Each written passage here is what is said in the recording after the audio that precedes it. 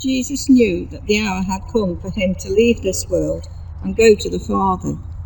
Having loved his own who were in the world, he loved them to the end. The evening meal was in progress, and the devil had already prompted Judas, the son of Simon Iscariot, to betray Jesus.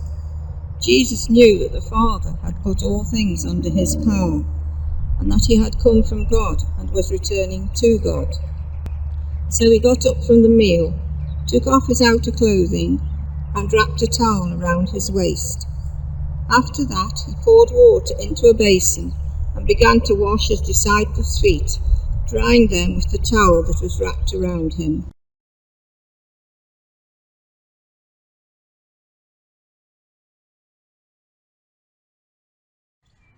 When he had finished washing their feet, he put on his clothes and returned to his place. "Do you understand what I have done for you?" he asked them.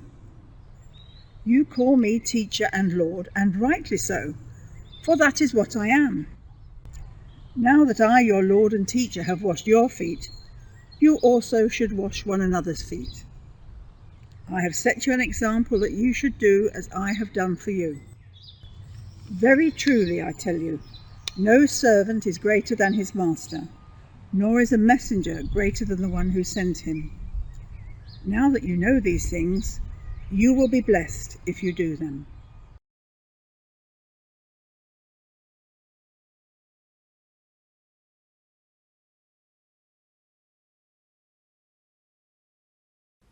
How can we make sense of it all?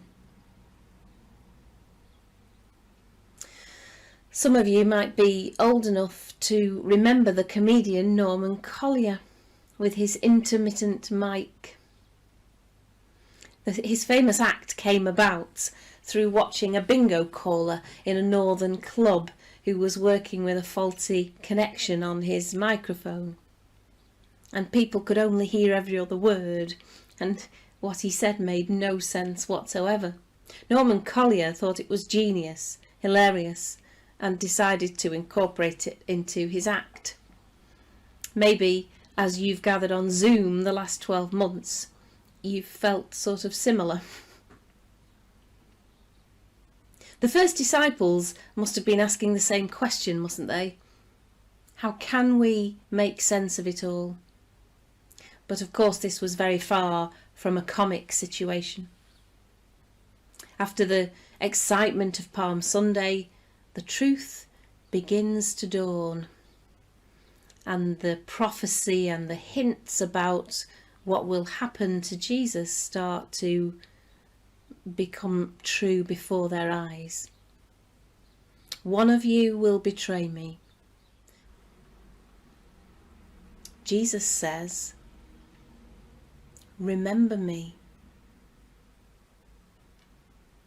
On this night, when there was fear in the air and passions were running high because of the senseless things that seemed to be happening around them, fear and uncertainty was in the air. It all seemed so unfair. There seems to be a relentless inevitability about what's going to happen.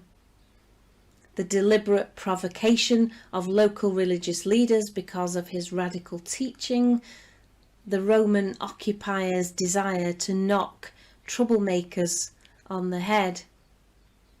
It's all becoming too much. And Jesus doesn't really try to explain. After all, they've heard his dangerous stories many times. Tales of hypocritical priests who pray loudly in the streets, of respectable people who walk by on the other side when they see someone being mugged. Surely they must have known where this would lead. This was never going to end happily. And so what does Jesus do? He gathers them together, he breaks the bread and shares the wine. "Do this in remembrance of me," Remember me, he says.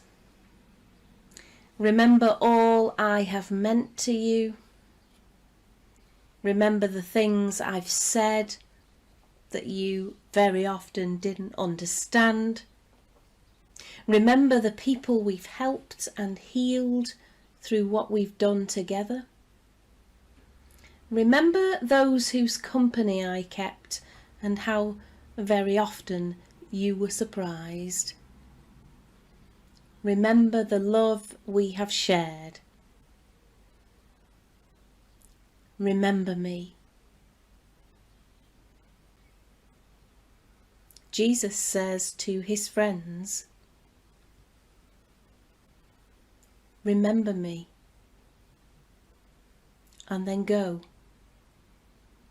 and do as I have done.